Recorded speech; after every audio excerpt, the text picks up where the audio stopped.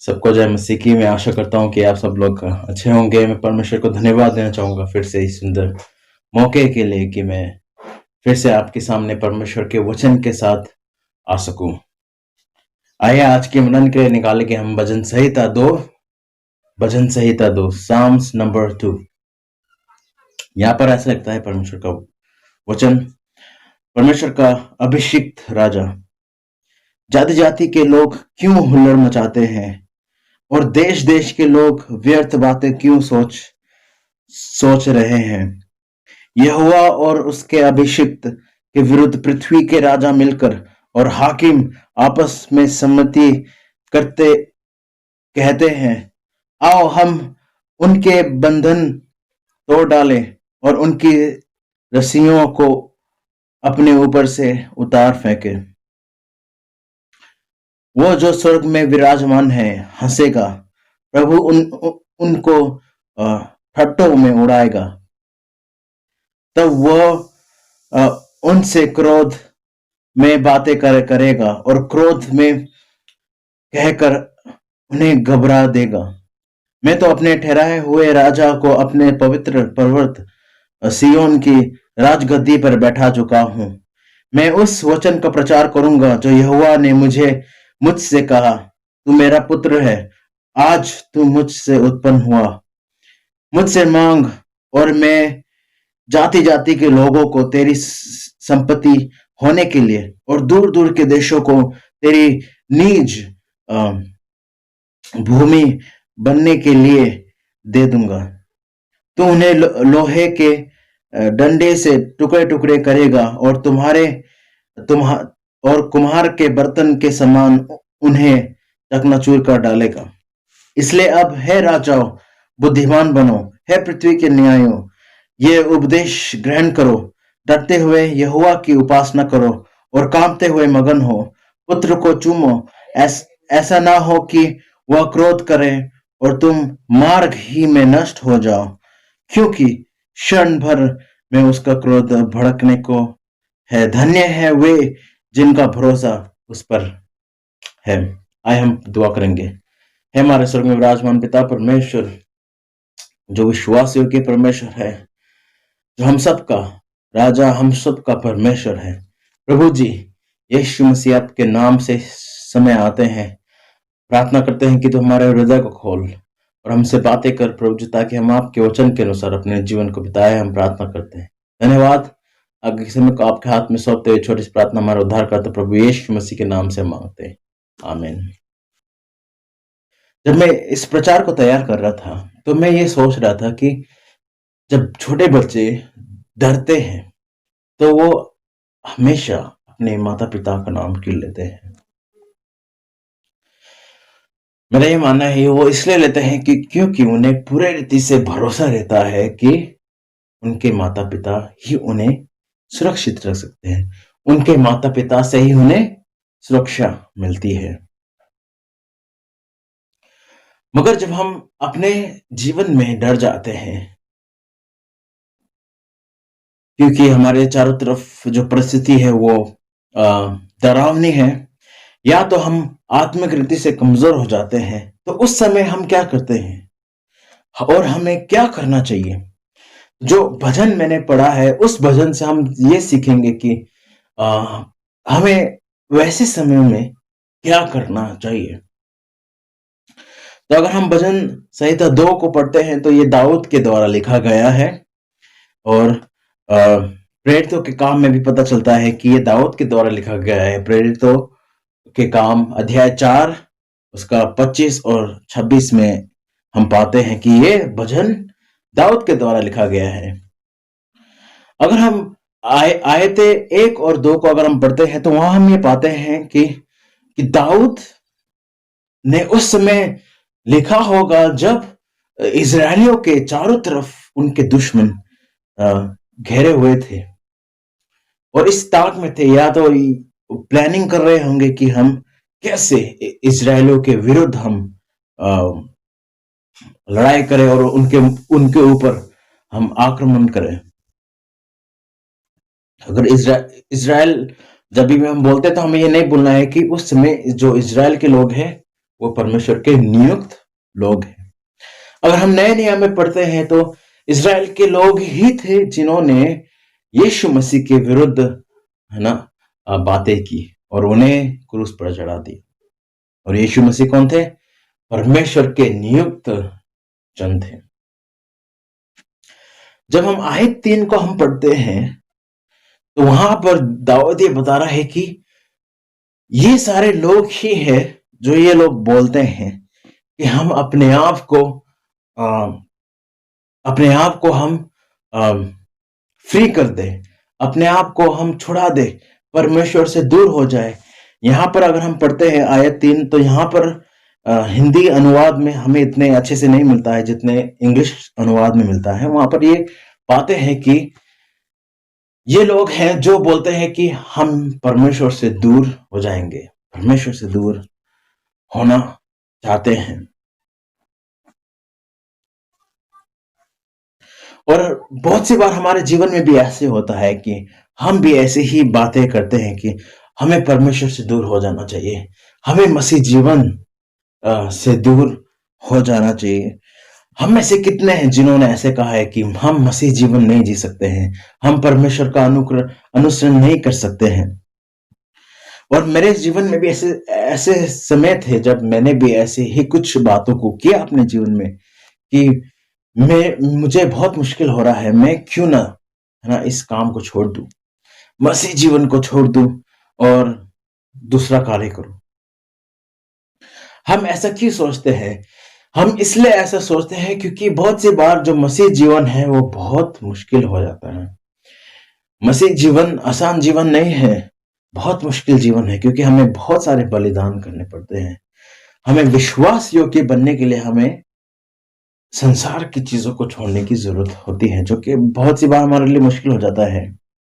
और ये हमारे लिए मुश्किल इसलिए भी है और हम इसलिए भी करते हैं क्योंकि हम या तो मानो कि हम किसी के गुलाम बने हो, या हम किसी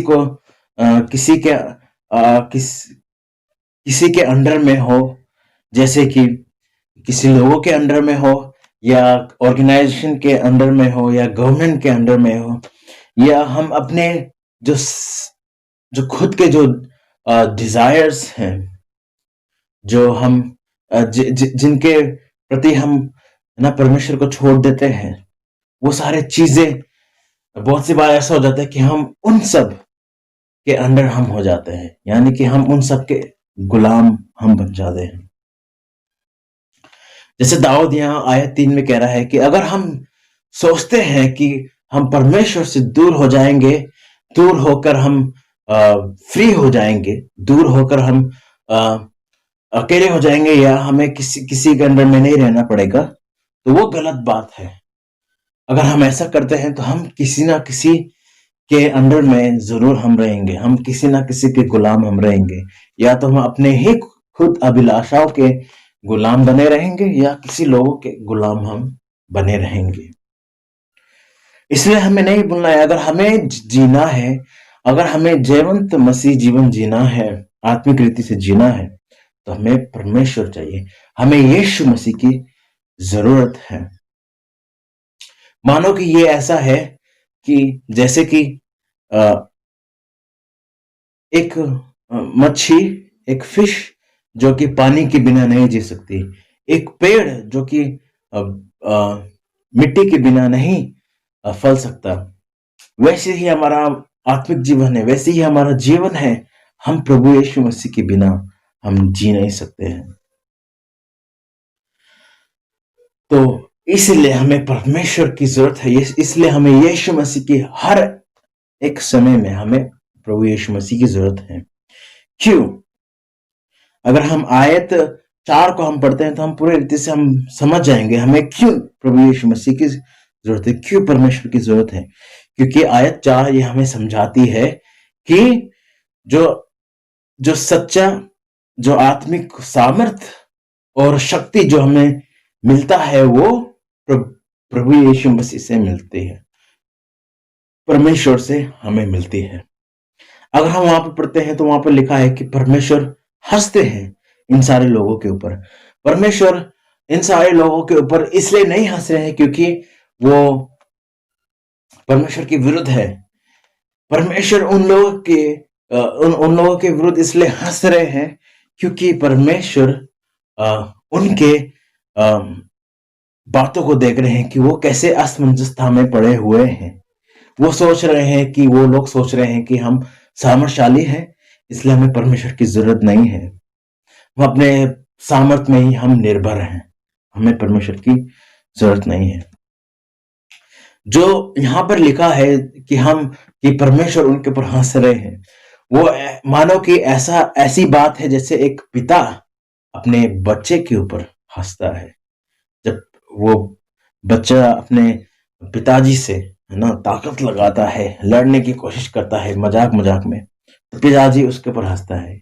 इसलिए हंसता है क्योंकि पिताजी को पता है कि वो मेरा बच्चा जो है वो इतना सामर्थ्यशाली नहीं है। वैसे ही परमेश्वर उन सारे लोगों के ऊपर हंस रहे हैं। और हमें भी समझना है कि परमेश्वर जानते हैं कि हम कितने सामर्थ्यशाली हैं। परमेश्वर हमारे हर एक लिमिटेशंस को जानते हैं, हमारे हर एक बाउंड्रीज को वो जानते हैं। इसलिए हमें परमेश्वर की जरूरत है क्योंकि वो ही एक सच्चा स्रोत है आत्मिक सामर्थ्य का, आत्मिक शक्ति का। अगर हमें सामर्थ्यशाली बनना है आत्मिकता में, मसीह जीवन, एक जीवंत मसीह जीवन बनना है, तो हमें परमेश्वर की जरूरत है। इसलिए हम परमेश्वर को हर एक परिस्थिति में हम परमेश्वर को ही चुने, परमेश्वर के पास ही हम जाए, क्योंकि परमेश्वर से हमें सच्ची सामर्थ हमें मिलेंगी। इसलिए हमें डरने की जरूरत नहीं है। अगर हम जैसे कि हम डरते हैं अपने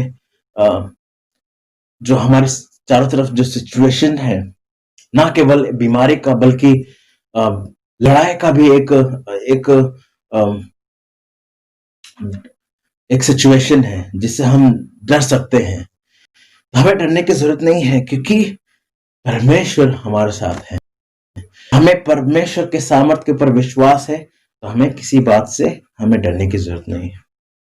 तो आखिर में मैं ये पूछना चाहूंगा कि हमें क्या करना चाहिए अपने आत्मिक जीवन में, हमें क्या करना चाहिए अपने मसीह जीवन में। अगर हम आयत 11 और 12 को हम पढ़ते हैं तो वहां पर हम ये पाते हैं कि परमेश्वर का वचन कह रहा है हमसे कि हमें सबसे पहली बात हमें क्या करना है, हमें अपना जीवन समर्पण करना है प्रभु यीशु मसीह के चरणों पर, सरेंडर करना है।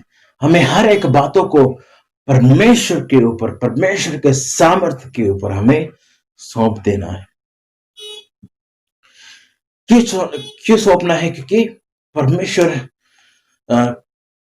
जो है प्रभु यीशु मसीह है, और प्रभु यीशु मसीह परमेश्वर की संतान है। वो इसलिए है क्योंकि प्रभु यीशु मसीह ने जब वो मरे वो जीवित हुए, हम सबके लिए मारे गए, मगर वो तीसरे दिन जीवित हुए। और इससे ये पता चलता है कि वो परमेश्वर की संतान थे, परमेश्वर के पुत्र थे। इसलिए हमें अपना जीवन प्रभु यीशु मसीह के ऊपर समर्पण कर देना है। प्रभु यीशु मसीह के चरणों पर हमें सरेंडर कर देना है, क्योंकि उन्हीं से ही हमें सामर्थ मिलेंगी, उन्हीं से ही हमें हम अपने मसीह जीवन को हम जी पाएंगे। और हमें ये नहीं बोलना है, हमें इसलिए प्रभु यीशु मसीह को अपना जीवन देना है क्योंकि वो ना केवल परमेश्वर का चुना हुआ राजा था, बल्कि वो हमारे हृदय का, हमारे जीवन का भी राजा है। हमारे जीवन का भी, हमारे हृदय का भी वो परमेश्वर है। इसलिए हमें उसके ऊपर हमें अपना जीवन समर्पण करना है। और हमें ये नहीं भूलना है, ये सबसे पहली बात है। दूसरी बात, हमें ये करना है कि हमें प्रभु यीशु मसीह के ऊपर ही अपना शरण स्थान बनाना है। हमें शरण प्रभु यीशु मसीह के सामर्थ्य में हमें शरण लेना है, उनके उपस्थिति में, उनके हुजूरी में हमें शरण लेने की जरूरत है। यहाँ पर आखिर के अगर हम आयत को हम पढ़ते हैं, आयत 12 उसके आखिर के जो वचनों को हम पढ़ते हैं, धन्य है वे जिनका भरोसा उस पर है। अगर हम इंग्लिश अनुवाद को पढ़ते हैं, वहां पर रेफ्यूज करके शब्द इस्तेमाल किया है, जिसका मतलब है शरण लेना। तो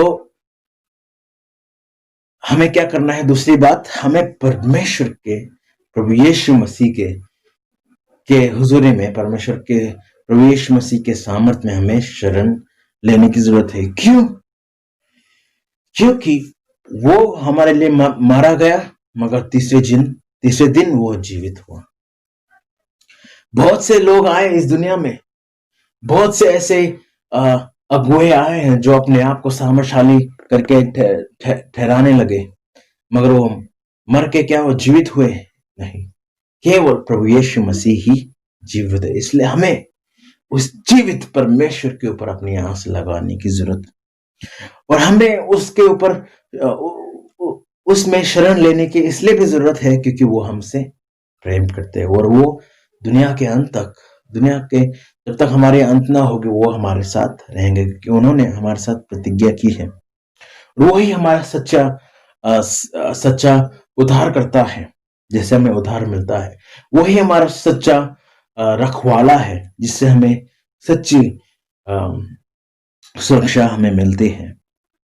और ना केवल वो हमारा परमेश्वर है, बल्कि वो हर एक बातों को जानता है जो हम हमारे पे बीतती है,